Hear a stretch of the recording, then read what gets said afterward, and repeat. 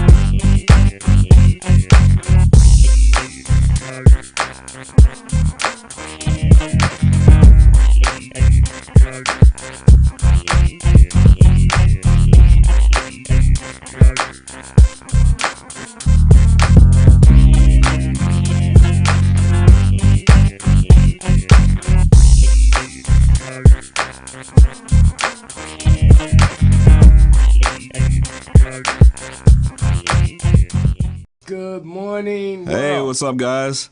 You guys are tuned in to Conversation with a Pit Bull. Sorry we got started a little late, but you know how that goes. We're out here on the West Coast. Everybody's slower and, you know, much more relaxed. You know how we do. But thank you again for joining us, everyone. Everybody that's tuned in from around the world. This is Conversations with a Pit Bull Live. Danny Mason. And I would be Foster Carter, and today we have my son and boy Grip in the studio. Ryan, can we give Grip a shot? Hey, boy, what's up? What's up? What's up? Yeah, Grip is in the house. Grip is in the house this morning. All right, hey there.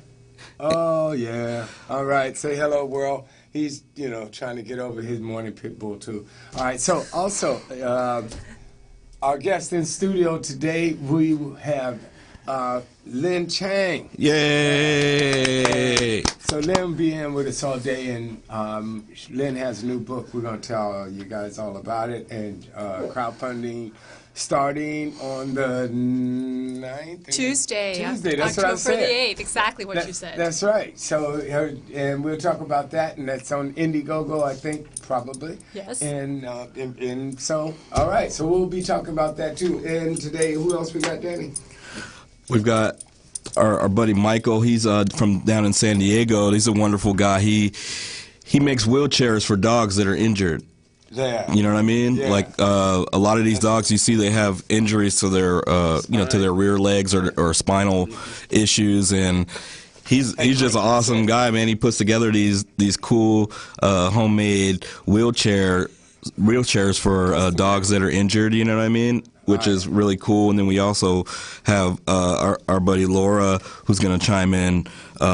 Laura's awesome as well. So, you know, we've got an excellent show. We've got Lynn in the house. She's going to talk about some of her books and whatnot. And of course, you got me and Foster. You know, the last reason why you tuned in to this show. Right, you know what I mean? That's Laura with Diesel Dog.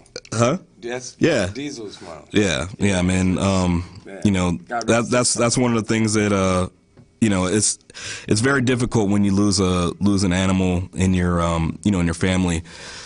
I think we've all anybody that loves dogs has been through it. But you know, when you lose a pet, it's always good to have people come together and show you some love and, you know, just get you back, kind of like back in the game. You know what I mean? Yep. And we're in the process of Grip of losing the dog, because Grip is over there like he's loving Lynn today. So before we really jump into the show, you know, we always try to take a little bit of time to focus and send our thoughts and love out to people that have lost dogs recently. You know, our good friend Cinnamon, remember Cinnamon came in a few weeks earlier. She let us know that there's a dog named Gabriel that came to her and Eddie, you know, after a garage door fell on the dog, and that dog unfortunately has passed away. And you know, I know you guys are really sad, and we just want you to know that Conversation with a Pit Bull Live and all of our fans around the world send their love and, you know, our good vibes to you. That's you know right. what I mean? And here's A toast to those no longer with us. So that's what they used to do in the street. Yeah, that's right. Somebody was telling me the other day I was having lunch with somebody and they were like, "Oh man, it's bad etiquette not to look somebody in the eye for 3 seconds at least when you toast or whatever." I was like, "Man, I need to go back to school. I need to go back to cotillion because I didn't learn any of this stuff." You know what I mean? Mainly with champagne though, but it's any toast really. So ladies and gentlemen out there, fans of Conversations with a Pitbull, pick up your coffee.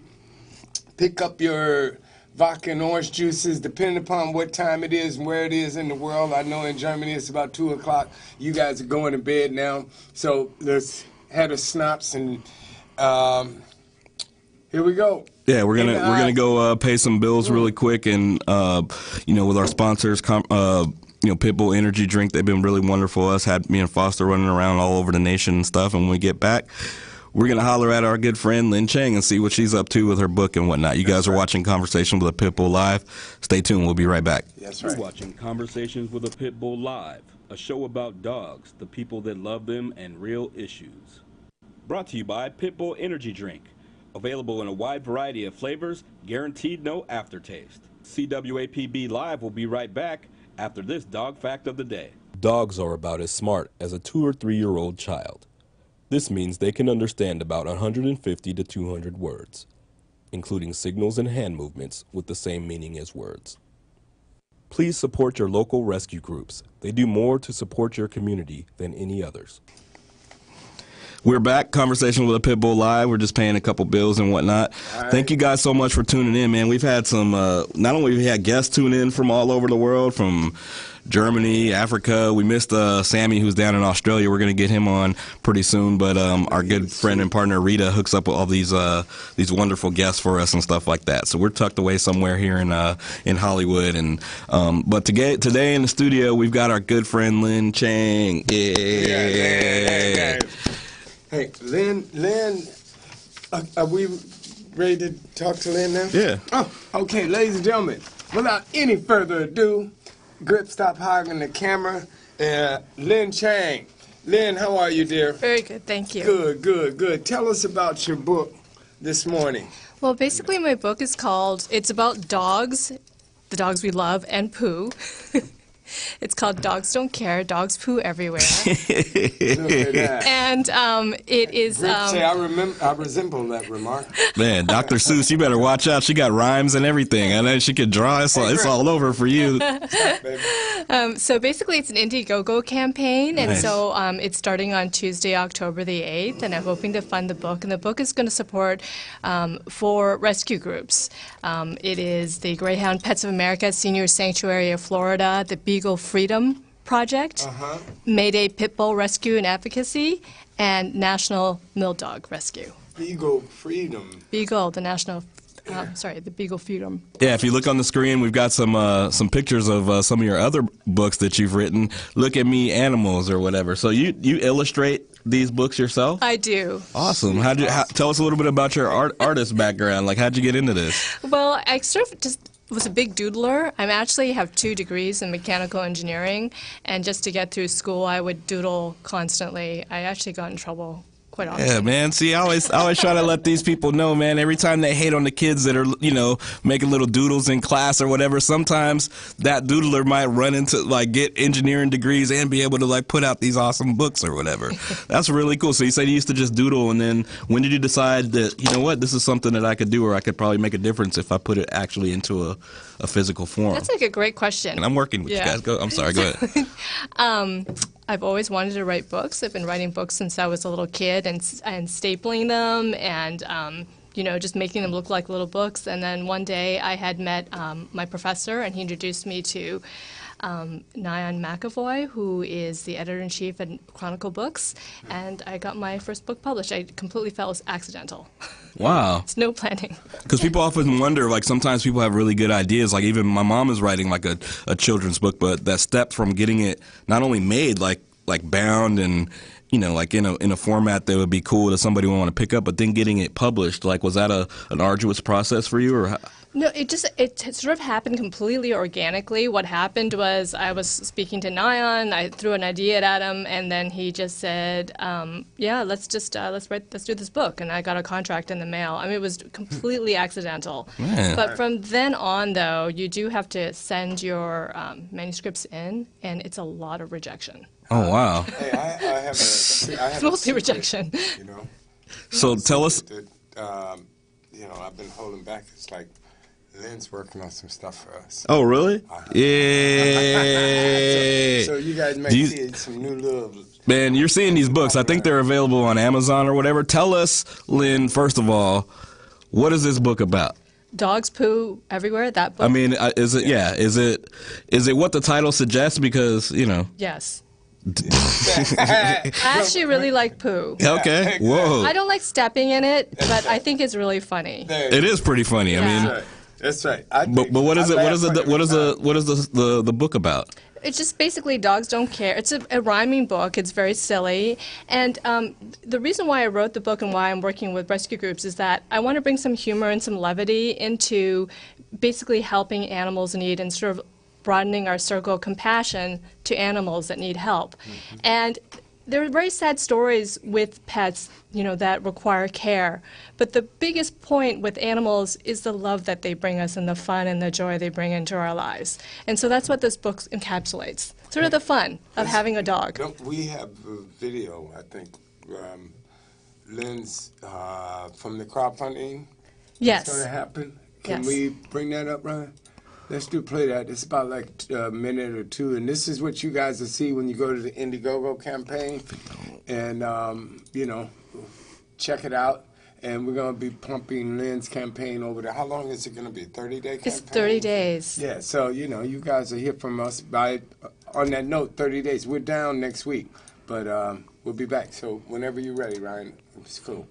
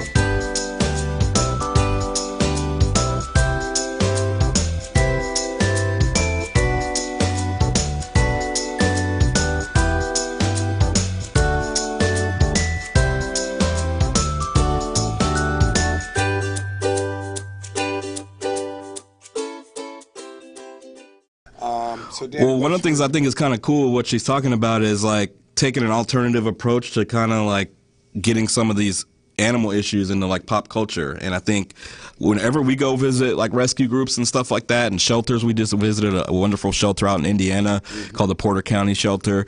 And Katie, who's one of the outreach people there, talked about getting to the kids and getting starting the education early about some of these animal issues. what a difference that kind of makes. So it's really cool to kind of see you doing, like, taking an alternative approach with producing a book and maybe getting it in the hands of some kids so that they can start thinking in terms of helping animals and some of the issues that are going on. Thank you.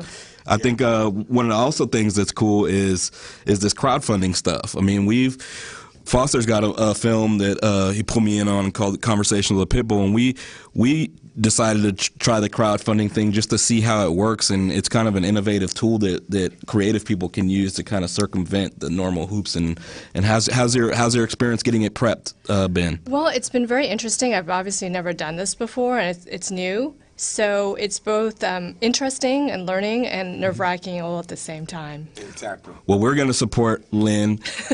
Crowdfunding is an awesome tool, and when you see creative people putting themselves out there to kind of galvanize the troops out there, it's imperative that we get out there and support them. Crowdfunding, it can work wonders for people. You know what I mean? It's like you kind of get a real sense of the people that are out there that if they're interested, right. Or also like the capacity for people to give, and right. that's really just an awesome thing. That's right. And when we come back, we're going to talk more about that campaign. And I just think that Lynn is extremely creative, because I try to be creative, but making people laugh at Pooh. That's like at the top level, man. You got to be really, reaching for it. So look, we'll have more with Lynn in a second. Each week we have our buddy Fred Cray from down in Florida. He's with the Pit Bulletin Legal News, and Fred always lets us, and he educates us, but also educates all of you guys on some of the things that are going on legally in the dog community with regard to pit bulls, but also all animal breeds. And I know there's a lot of stuff going on that Fred's going to let us know about. One of the things I'm worried about, Fred's down there in Florida, man, they got a tropical storm or a hurricane or something. Like, I don't know why Fred, people live in there, their doors open weird and stuff. Fred, are you there? I'm there, but I'm not sure I'm getting your video. Oh, really? Oh, really? Oh, well, I think we're getting you, so. Oh, you're not seeing us? I'm not seeing you. What do you see? But maybe that's a good thing. Yeah, that is a good thing. Well, we see you. Danny just mentioned the tropical storm, and I don't think we have to worry about that, because I think Fred has either built a new wing onto the house, or he moved his he got books and are you still reading encyclopedias? I'm at the office today. Oh, okay. All right. I know you got, I was about to say, Fred's extra old school. He still got encyclopedias and stuff. There's this thing called the internet, right? No, but you're on it. But you can't beat. That's the Southern Reporter. That's where you do your Florida legal research. That's right. All right, and Fred, I know that you're on the Pitbull energy drink family, and since that sponsorship, I said, look at that, Fred. We did promote it on our show Tuesday night. Is that right? Great. I'll definitely be listening to that. But I said he just built a new wing onto the house. He got the whole library. From all that Pitbull energy drink money. That's right. That's great. So, man. Fred, tell us what's going on in the dog community legally. What should we be aware of? What's going on? Well, there's been a very sort of disturbing development in Toledo, Ohio. There was a dog called Mr. Bones who was involved in some kind of crime, and the Lexus Project, which is involved in getting dangerous dogs off of death row, won the case, got the dog back, but one of the rules was the dog could not live in that community anymore, so they sent it to a lady named Kat Sutter, who is supposedly, sort of a place where you can keep these dogs and try and get them so they can be adopted out. Well, after about 3 or 4 months, they were getting these updates, and all of a sudden, Kat Sutter said, "Hey, somebody broke into my house and stole Bones." So they didn't believe that. So they got some people from Lexus Project is in New York. They got some people to go to the place where the dog was kept. And they got a tip that the dog had starved to death and was buried in the backyard. So they called, animal control people in, and they dug up the backyard. And in fact, Bones was there. His chip was identified. And of course, that made them wonder, were there other dogs there? And in fact, there have been 6 more dogs found. So now they're going to take this evidence and go to the state attorney or the city attorney to try and get the lady who runs this prosecuted. But this whole thing has happened before at Spindletop, at Olympic Dog Sanctuary. And what I mean is society has to decide what they're going to do with dogs that may be too aggressive to adopt, and yet you have to put them in a special place. And those special places are not really regulated or anything like that. And so in Spindletop, there were 300 and some dogs there, and the ASPCA had to come in and take them. So what do you do with these? I don't have an answer, but something has to be thought about with those dogs. On a more positive note, we've got a pit bull that saved a family fire was starting, and everybody got out, safe. All of its medical bills have been paid by donation, which is a great thing. Have you heard any updates on what's going on out here in Riverside at all? I know I think they got a vote coming up on the 8th or something. Have you heard anything about what's going on out here? Yeah, I heard that Josh Liddy is going to the Riverside, to that Riverside meeting. I also want to let you know that those of you who are Nancy Grace fans, Nancy Grace said on her show last week that pit bulls are devil dogs. Yeah. That's great. So it's always nice to bring some cheer into the world. Nancy, thank you very much. Yeah, right. We'll have some people come knock on your door later on. Fred, you heard about this case out here where some 80-year-old grandmother let her grandchild into the backyard with 5 pit bulls. Yeah, that's out here in Boyle Heights. Yeah, and the kid got killed, and so I just heard that the city attorney is filing, child welfare endangerment charges against the brother, the brother of the child. No, the brother of the child's father, who, right, shouldn't have. But I want to know, what is the 80-year-old lady doing with 5 pit bulls in the backyard, and especially 5 pit bulls that are stupid. But if you 5 pit bulls. If you look at the dog bite statistics, there's nothing new to be learned. It's the number one predictor of a bad outcome is a child with with dogs that are unsupervised or too many. Yeah, exactly. And I would not. I personally feel like. There's actually a video of an elderly lady holding a Great Dane leash, and the Great Dane takes off and drags her 10 feet down the street. Yeah. And, as you get older, you have to realize that you have limitations as to what kind of dog you can control. Right. And certainly, in my opinion, an 80-year-old lady should not even have 1 pit bull. Right. All they need to do is fall down and break their hip, and that's a bad outcome. That's right. But 5... I have a lot of dogs, and when you get a lot of dogs, you really have to be proactive, and you have to be young and strong to be able to get them, if they get into a fight or something like that, to get them separated. Right. And that's one of the things that I know it's not unique out here, but in LA, if you walk in a lot of people's backyards, man, they'll have multiple dogs, and these dogs never get out. They're stuck in their backyards just about 24 hours a day. You read the story, you hear that those 5 dogs were completely neglected. Absolutely. That these dogs that were starved for affection and attention, and they were just left in the backyard, with no human contact. That's right. And that's cruel, I feel. That's cruel. That is cruel. That's what I totally agree. That's why I say 5 dogs that were stupid, because I equate raising a dog just like raising a child. And if you don't put attention into it, if you don't take the time to educate the animal or the child, it's eventually going to be a bad outcome. I completely agree. They're like 3-year-olds. They have to learn what their boundaries are. That's right. And they do want to please. But if you just leave them alone by themselves, they become... It's horrible. It's really cruel. Yeah. Well, look, Fred... Well, there was an article in about isolation in prison. Drives people crazy, and they said, I think the same thing happens with dogs. Yeah, they're social animals. Yeah, you can't put them in the backyard with an 8-foot fence and let people drive up and down the alley all day and bang on the fence and it not affect the dog. Absolutely. Well, Fred, tell everybody out there where they can tune into your awesome radio show, Pit Bulletin Legal News. Well, we're on every Tuesday night at 8 o'clock on Blog Talk Radio, and this Tuesday night we are going to announce who wins the Wallace Award for 2013. All right, all right. Well, let us know. And Fred, so you heading out of town to an event too, right?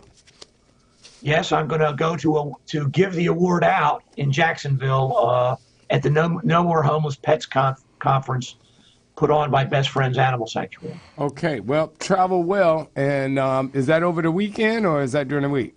Yeah, that's over the weekend. I'll be back next Saturday. Oh, doggone it. Well, we won't. On the 12th. Well, then I won't be back next Saturday. All right. Well, we're dark on the 12th. We'll figure out how to get by. Thank you so much, Fred, for chiming in with us, and try to keep your head dry. I know it's the storm is approaching down there, so much love to all our. Plenty of books to read. Oh, I know, man. Encyclopedias are great reading out here, man. Okay. Those are law books. That's what he says, but we're from Hollywood. That could easily be a paper set. You know what I'm saying? Right. Like, that's legal. That's you put me in front of a green screen, man. I'll be like, hey, man, I'm a tour guide at Niagara Falls. Like, you don't know, like. Okay, thank you, Fred. Hey, Fred, thanks. Well, anyway, we'll be right back. We're gonna pay some bills real quick. You guys are watching Conversations with a Pitbull Live. Stay tuned. You're watching Conversations with a Pitbull Live, a show about dogs, the people that love them, and real issues. Brought to you by Pitbull Energy Drink. Available in a wide variety of flavors, guaranteed no aftertaste. CWAPB Live will be right back after this dog fact of the day. In 2003, Dr. Roger Mugford invented the Wagometer, a device that claims to interpret a dog's exact mood by measuring the wag of its tail. Please support your local rescue groups. They do more to support your community than any others. Hey, we're back. We were just paying some bills. We got our buddy Laura that's going to chime in with us. Laura is a wonderful, wonderful, wonderful person. She's out in Ontario, Canada, like we said. CWAPB Live is an international show, and Laura's got this wonderful, well, I hate even to say it, like had this wonderful dog named Diesel. Diesel passed away. And he was the first dog that we had featured on our show. So, he has a really special place in our heart, and so does Laura.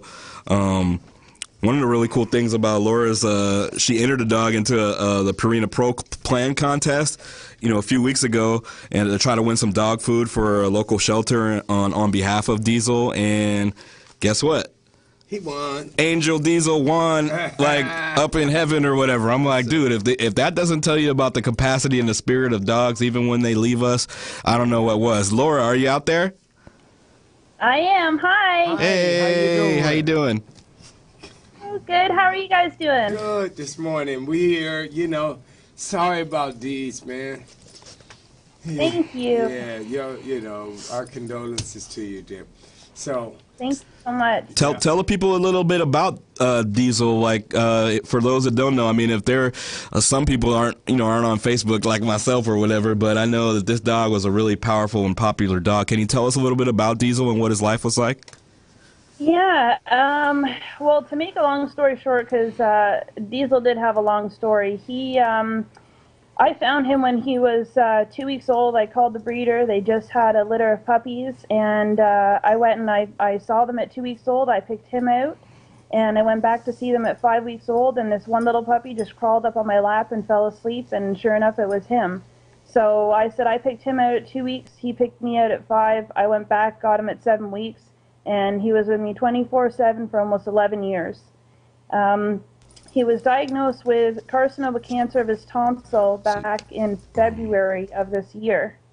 And they said that normally by the time that dogs are diagnosed with this kind of cancer, it's too late and it's normally spread to their lungs and to their chest. But we went ahead and we did x-rays and we did biopsies, and his did not spread, so they said he was actually in that 5%. They did remove his tonsils, and he did have chemotherapy, and they said he was by far the best chemotherapy dog they ever had. You wouldn't even know he was sick. And that lasted until about May 15th was his final cancer treatment. And he was doing really good, and he was actually cleared of his cancer in June. And towards the end of June, he started having episodes again, and his symptoms were reverse sneezing and hacking. And so I took him back to the oncologist, and they said the only way to actually find out if the cancer was back was to do an MRI. And they did one, and he ended up having a 5-centimeter long tumor in his throat. So they gave him 1 to 3 months, and he made it over the month period, which I was happy about that. But unfortunately, on August the 23rd, he put his head in my lap and looked up at me and kind of told me it was time. So my whole family came over. The vets came to my house, and by the time the vets got there, he literally shut down himself, and they just kind of helped him cross over. But that's the biggest closure I have is, you know, he told me he was ready, and it was his time. So it was unfortunate. It was 13 days before his 11th birthday, but I did celebrate his birthday with my family, so that was really nice.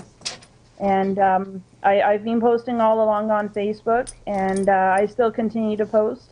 And we're over 6,200 friends now, and it's absolutely amazing. And that's the best support that I could have. Anytime that I feel upset or down, I just go to his page, and the people there are absolutely amazing. And what blows my mind is I've never met any of these people in my life, and they've just given me so much love and support. And it just goes to show you how many good people are in the world. So we're very fortunate for that. Well, I mean, you know, I know there's nothing you can really say when a dog, you know, has such an amazing impact on people and then makes their transition. But one of the things that is kind of cool, and it happens with humans as well, when they pass away, you start to see the capacity for people's spirit and their love, and it makes you wonder why people can't be like that, you know, every day.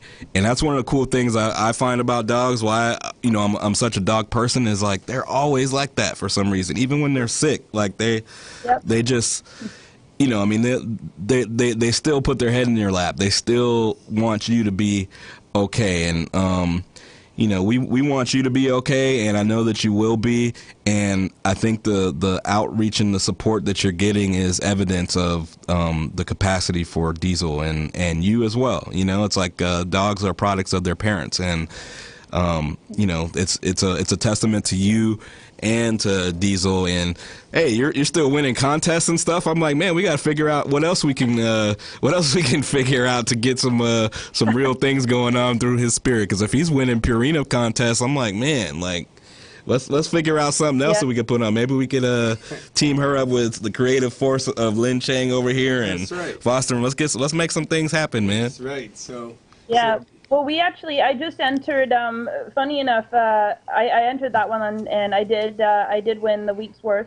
I didn't even realize there was a grand prize. So the grand prize is you can get like a trip to New York, which that doesn't really bother me, but you can get a year's worth of food, which, you know, I hope I win that part of it so I can, again, donate that in Diesel's honor. But some people suggested there's another contest that's going on with PetSmart, and the grand prize is $10,000. So I said, hey, you know, if people want to vote for that one, you know, again, we'll donate in Diesel's memory. So that's right. I think we're in 3rd place in that one right now. Cool. You know, and don't forget also, you know, I'll take that trip to New York if, you know, you just don't have nothing to do with it, you know. I mean, you know what I mean? Hey, I mean, I've been to the Apple for a minute, you know, and I'll just if you're not really tripping, I mean, you know, Foster D's, you know. I mean, you know, it's hard to find an expensive pizza slice out here in LA. So, you know, if you don't want those tickets, holler at your boy. I'll go to New York and, you know, do a little kibbling.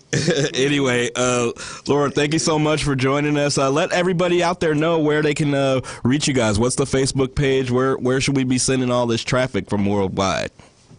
Yeah, if you go on Facebook and you search Diesel Dog, you will find him. He will be the first to pop up on the list. Like I said, right now he has about 6,200 friends and counting. So if you search Diesel Dog, you'll definitely find him on there. Okay. Well, that's awesome, man. Everybody wants to be like that dog when they grow up. I got like 2 friends, like Foster and our buddy Ryan, who's our engineer here. I mean, but I'm working, you know what I'm saying? But I'm not on Facebook. Hey, but you know what? Lynn said she might be my friend. We're about 35 minutes into the show, Lynn, and I never said drinkpitbull.com, did I? No. Oh, okay. Let me make sure I say that because that's how we able to keep these lights on because they went out one day on this one. So remember, and Lynn, thank you so much. Laura. We'll see. That's what I said. Laura, we'll see you Senior again. moments, Come man. back here and drinkpitbull.com. We'll check in again in future shows with our buddy Laura, man. Thank you so much for sharing Diesel's story with us.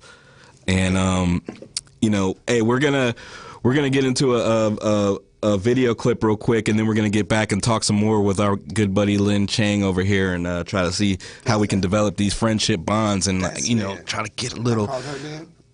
I called her Laura. Yeah, I mean, it's discombobulated, man. You got that straw hat on too tight. Hey, let's play a video real quick. Foster and I went down with our good friends Dr. Doghouse recently out to an animal shelter out in the valley to kind of get people that don't know anything about rescues an idea of what rescue does. And these are some great guys. They're bully people. So let's go check out this video from Dr. Doghouse and Foster and I down in out here in the valley. Hi, I'm Robin. And I'm Damon, and we're from Dr. Doghouse Bully Crew Rescue. So a couple years ago, I met some trainers, started working with a trainer named Melanie. And about a year and a half ago, I came together with my fiance Damon, and we started Dr. Doghouse Bully Crew Rescue. The primary function of rescues, like Dr. Doghouse, are to go into these shelters, find dogs that can eventually be adopted out, to get them into training, to get them vetted, to get them neutered or spayed, and to find a great home for them. When we take a dog on, we take a dog on for its lifetime. When we rescue a dog, we stand behind our dogs. So when we adopt a dog out to somebody and say they have an issue or whatever, we'll go and we'll help you with whatever situation you're in.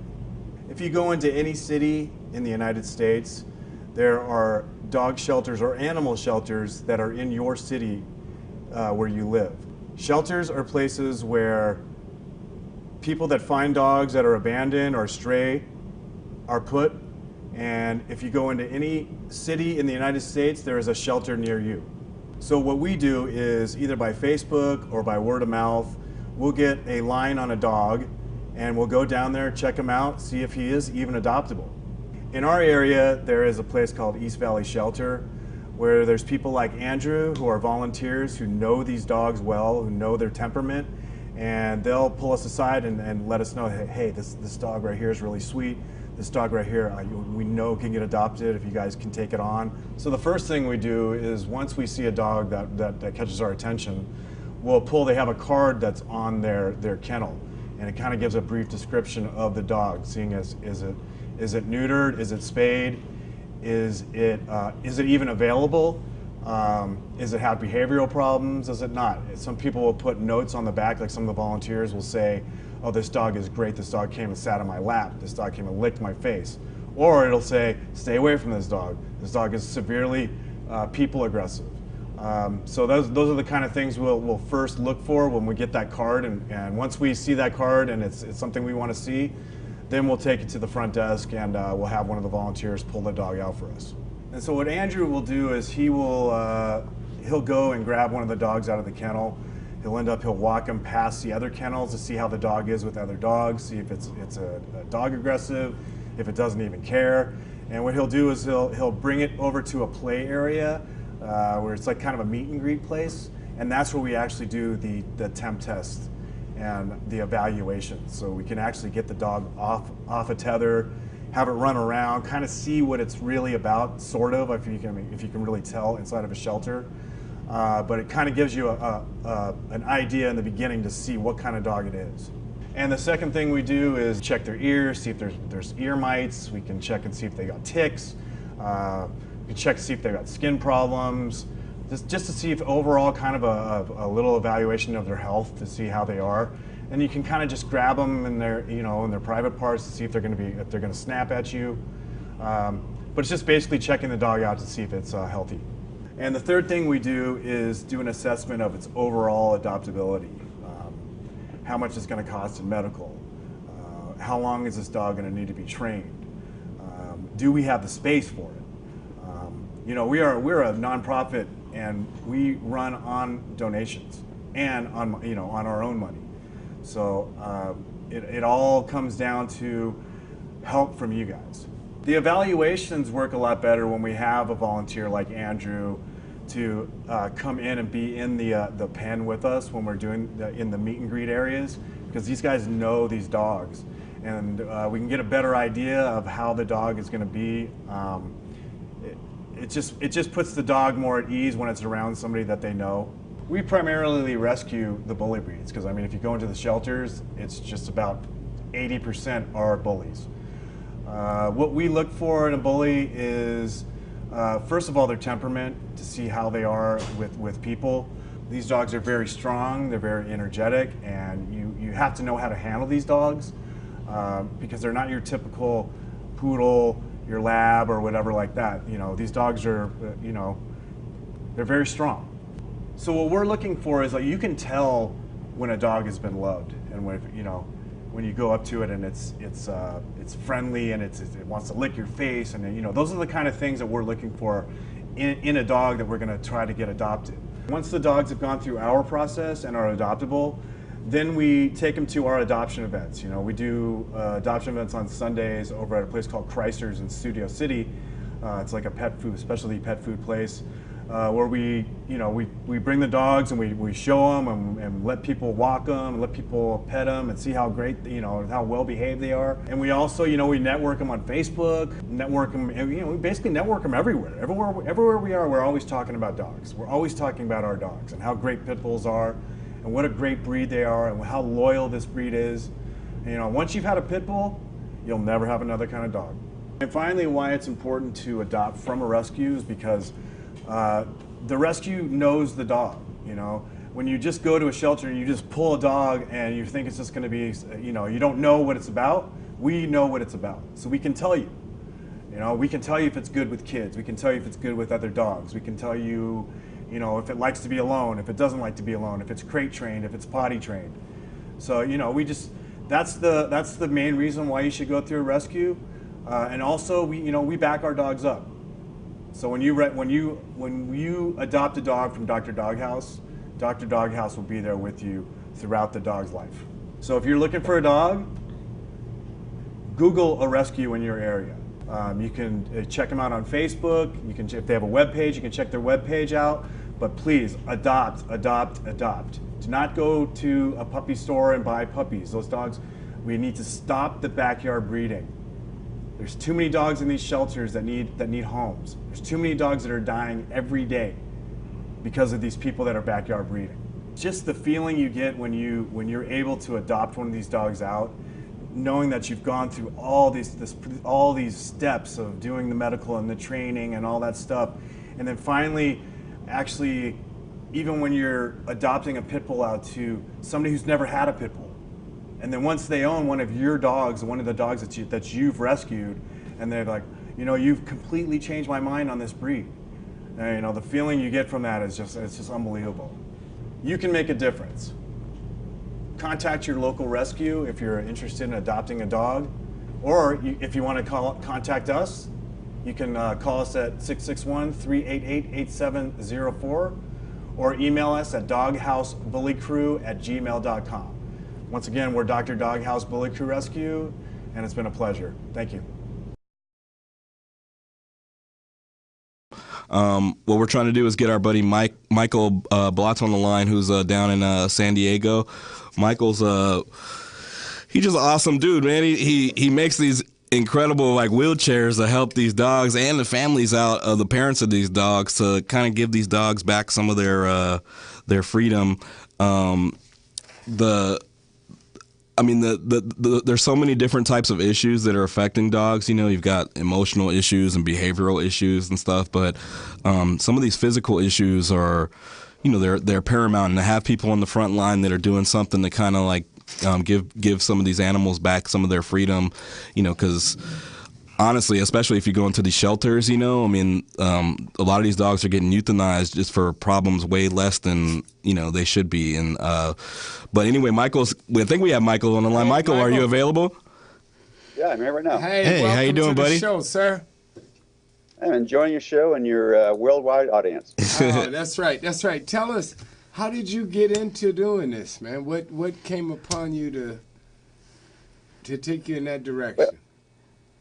Well, at the time, I had 3 rescue dogs, and a friend that was doing fostering was trying to get me to take on 2 disabled dogs, 2 different types of paralysis of the rear legs. And I didn't have the room at the time, but with I'm a chiropractor, and with that and my accident reconstruction training, I have a good understanding of the biomechanics, and I couldn't understand why wheelchairs weren't available for these dogs. And I got an education pretty quickly. The first the woman said is that most of the time the dogs don't use the wheelchairs because they like to lay down a lot, but they do need them from time to time for exercise and rehabilitation and such.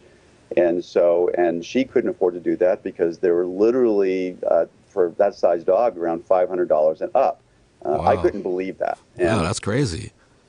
Yeah, it's well, I mean, they can go up to $5,000. And then, of course, there's some that are very fancy to the animal. Yeah, I mean, they got rims on it. I'm like, what are you talking about, $5,000? I'm like, whoa. Plated and stuff. That's like a Paris Hilton style or what?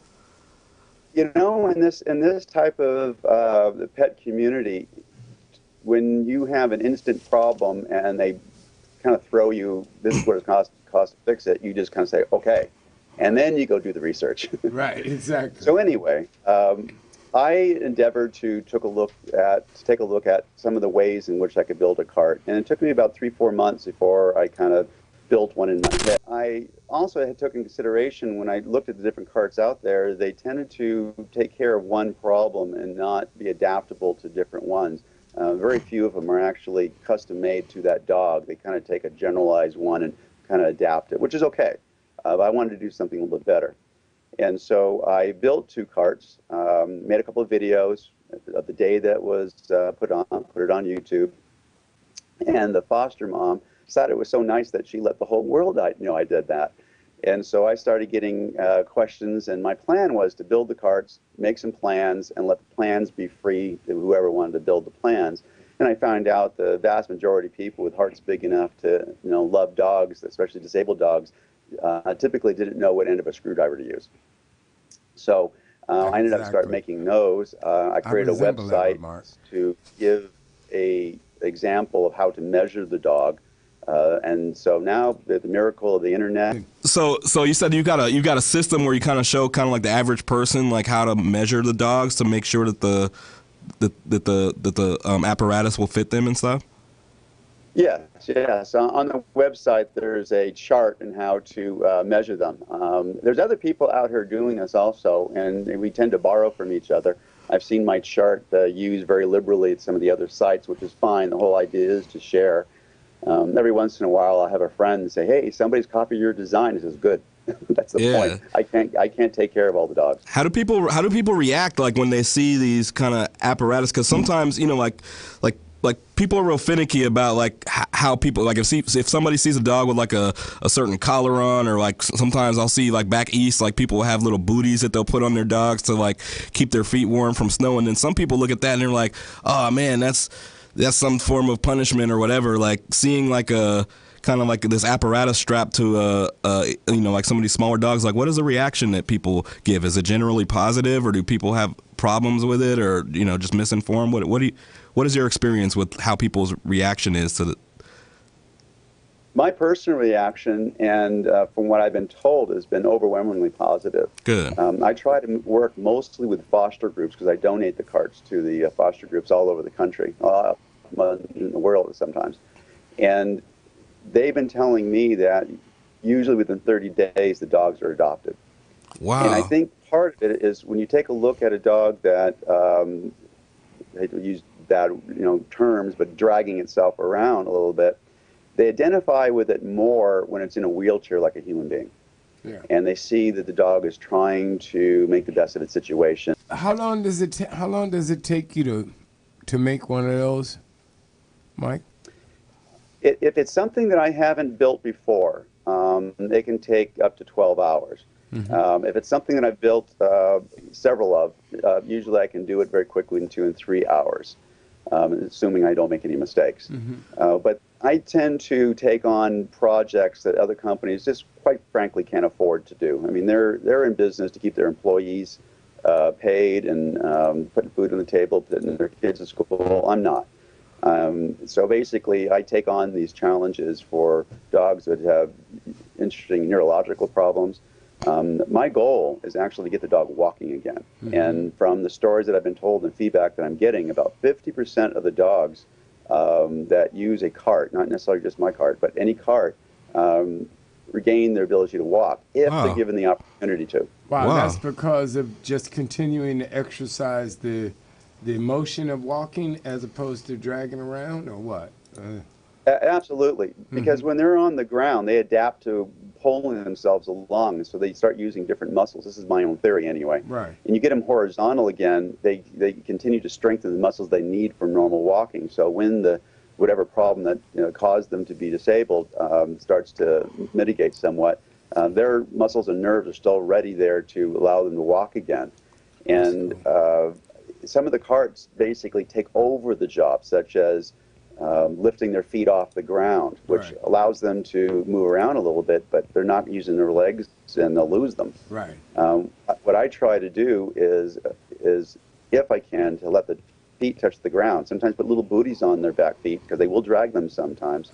And that way they're encouraged to use them versus putting them in stirrups. And some of my carts do have stirrups also, because sometimes there is nothing that can help them. Do you make these for like larger dogs, or because a lot of the pictures that we were seeing, they're a lot of featured with the smaller dogs. Have you attempted to do stuff for the larger dogs? Maybe like pit bull size dogs?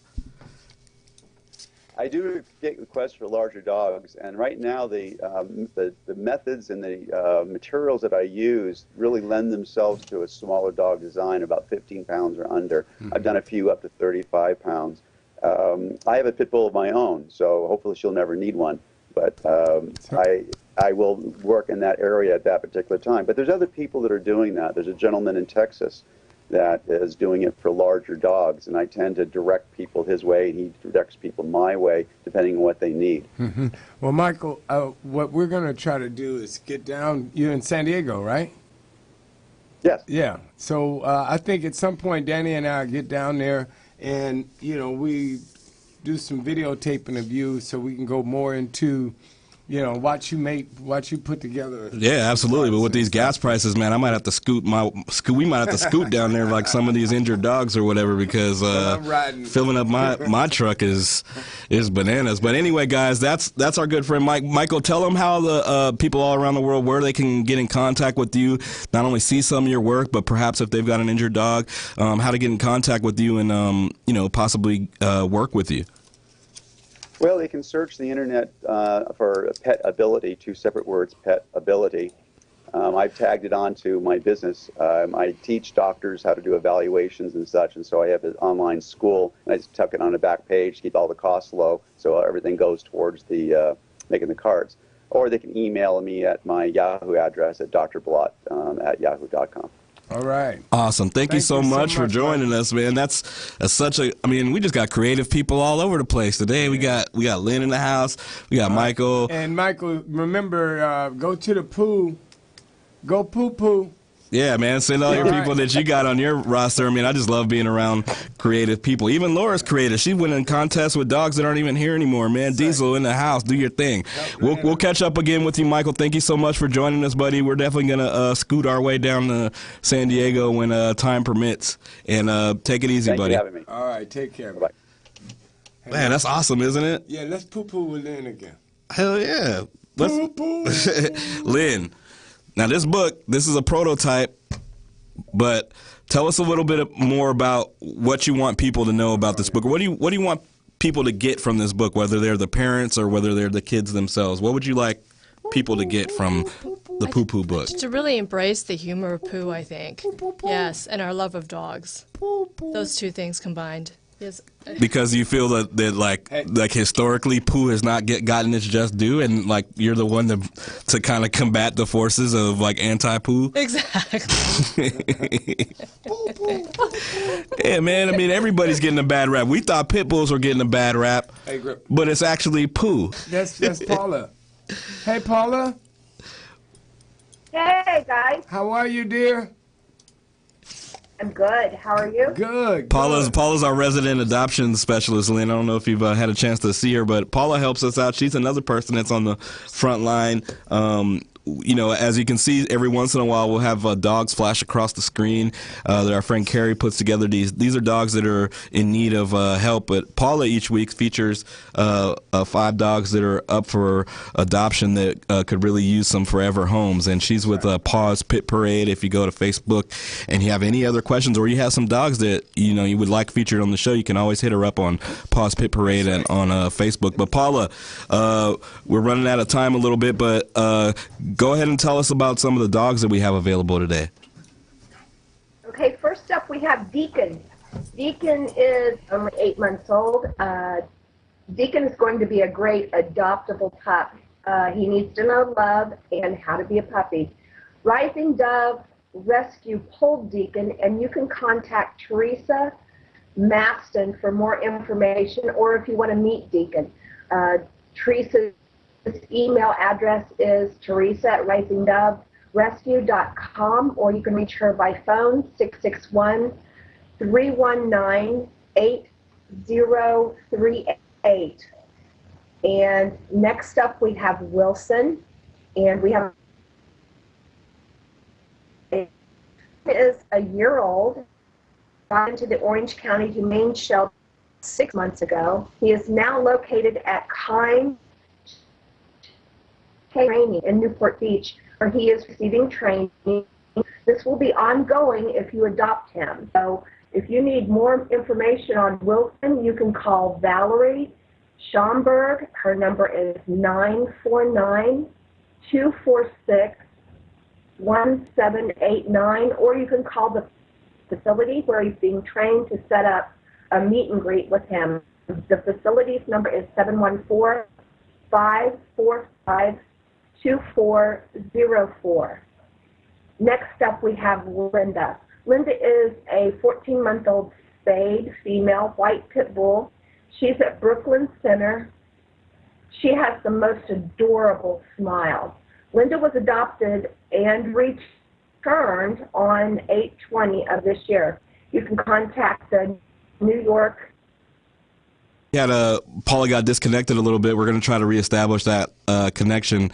As you can see, some of these dogs they're just wonderful dogs. I mean, you see the smiles on them and whatnot. They're just like, they're in need of our love and our adoption. So if you got some capacity in your house, or you got time to foster them, perhaps, I think just hit Paula up at Paw's Pit Parade, and that's a wonderful way that you can make a difference. Get some of these dogs adopted. It's critical. It's critical. It's critical. That's what our show is about. Not only trying to entertain people and give you guys some information, but actually help some of these dogs. These dogs are, they're the best. Paula, we have you back online just with your audio. Are you still there? Paula. Boy, the gremlins are out there today. Okay, so when we come back the week after the 12th, we're just going to have to do Paula double time. Yeah, that's true. I mean, luckily I'm an editor, so we'll figure out. We'll cut all this stuff, up and make it work. But before we go, we got about 5 minutes left or whatever. Hopefully Paula will be able to get back online. But we want to talk to Lynn real quick and get a sample of kind of what this book is about. So that that you're somebody says, "Hey man, I got a book about Pooh." That's not like the first thing you think you would go run out and grab for your kids, but this is an awesome book. Your kids they're gonna be enlightened by this. Let's first of all, let's show them the cover again. Well, this is a very important addition to any sort of respectable library. Yeah, I mean, Fred didn't have that in the background, or maybe he did. Maybe it was just outside of the frame or whatever, Well, he needs to add it, really. So I'll read a little excerpt from the book. Absolutely. Dogs don't care. Dogs poo everywhere. Yeah. In the summer.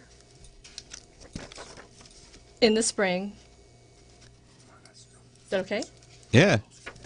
On your mother's favorite thing. Oh, no.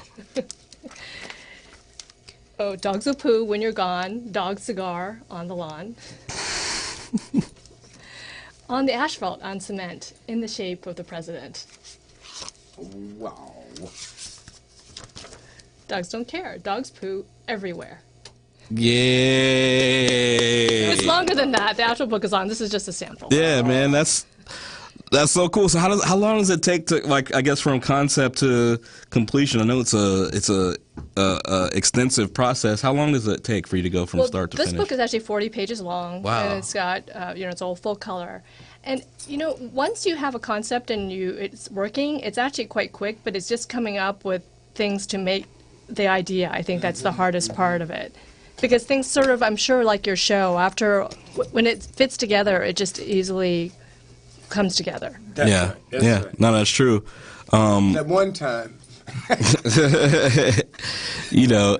No, actually, so you recommend for the people, give us the crowdfunding pitch. Yeah. Tell me, all right, so I donate $10 to your campaign, $20, $1,000, what is it? Well, there's a couple things you can do with the book. There's like some, just regular pledges that you can make, $10, $25. So one of the things that you can do that's kind of fun is get your doggy illustrated into the book. Oh, wow. Yes. So you can memorialize your puppy and get his picture, his likeness, and his name and his hometown in the book. Oh, that's cool. So I can get, like, my dog Danny. My Danny can have a page and stuff. Well, I mean, it's got to be a dog. Oh, okay. I was like, he got 44 dogs. That's his company has 44 dogs, so, All right, so Grip, in other words. Grip. After he's back. Hey, Grip. Grip, yes. Come here. So like what could somebody get for like a dub, like $20? Like what did that get somebody? A shout out? I believe it's I actually don't remember. It's terrible that I don't, but I think it's a shout. Oh, good. What's the Indiegogo? What's the crowdfunding page? Where can It's people? called Dogs Poo Book, and it will be live Tuesday, October the 8th. Is that on Indiegogo or Kickstarter? It's on Indiegogo. Oh yeah. All right. Yes. All right. Man, you guys need to get out there and support this book. When you see creative people doing stuff that actually helps benefit the animals and help educate people, you guys need to jump up on it. Lynn has blessed us with her time, and we're gonna go support that. I'm gonna send in my $10 to get my shout out or whatever keychain or whatever. I'm with it. You know what I mean? So support Lynn in her book, and that's no poo. Okay, it's like. No. So look, for some reason, our video's been having some issues here, but when we re-edit everything, we'll be able to throw all this stuff in and make it all Trump tight. The show is what it is because of you guys. And thank you guys so much, Rita Johnson, our partner, helped produce. Speaking of which, okay, you guys know we had all these technical things happening today, so a lot of stuff got left out, like Dr. Dave. Dr. Dave. Stay with us, buddy. We love what you do. And, the Parvo episodes, man, that explained to me, because Grip had Parvo when he was a little baby. And that helped me understand it tremendously. And that'll never happen to another dog I have. So, we're out of time, you said? Yeah, we're up against it. A couple things that we did want to shout out. There's a wonderful event that's going to be going on in Baltimore that Foster's going to tell you about. Tell us a little bit about your buddies that called in about the Baltimore event. Never called in. Actually, if you're watching, call in now, because we only got a minute left. So, but no, Cheryl was telling me about that, and again, because my computer's not working, I'm not on the chat, guys, so I have no idea. Well, we want to send some love to everybody that's in the chat room. Paula, Rita, Cheryl, everybody that's doing their thing in our chat rooms. Margot, we love you guys. Everybody, thank you guys for tuning in to Conversations with a Pitbull Live. We're trying to educate and entertain everybody. Right. We do need 2 hours too. There's no doubt about that. I want to send some personal love out to Rita Johnson and Kent. Their son is getting married today, and that's a big thing. I think sometimes the parents don't get a lot of as much love as they should when the kids do something spectacular. That's so right. And I got one word for the bride: don't do it. No. Another story. We love you guys. The show is what it is because of you guys. Thank you, Rita. Thank you, Paula. Thank you, Fred. Thank you, Dr. Dave. And thank you for our friends from Dr. Doghouse. Foster and I are going to go out later on to an adoption event at send pictures too. Send pictures. And hang out with our buddies from Dogs Without Borders. So, all right. And Cheryl, You guys can catch Cheryl on Facebook. Go to the Friends of Friends of Conversations with a Pitbull Film and Media Group. Lynn's website will be, as of Tuesday. Oh, it will be on Indiegogo, and it will be under Dog's Poo Book. All right, dogs, poo. Everywhere. Right, so everywhere, you know. Get yourself 40 pages of brown goodness in your life. That's right. Remember, you can't forget poo. And if you're looking for some other type of brown goodness, tune in every Saturday and hang out with your boys, Foster and Danny. Conversation with a Pitbull Live. Much love to our sponsors, Pitbull Energy Drink, RMC Studios. Much love to our buddy Ryan for working the wheels of steel for us, and we'll tune in to you guys next week. That's right. Hey, Peace. You know what gay horses eat? No. Hi. And I approve this message.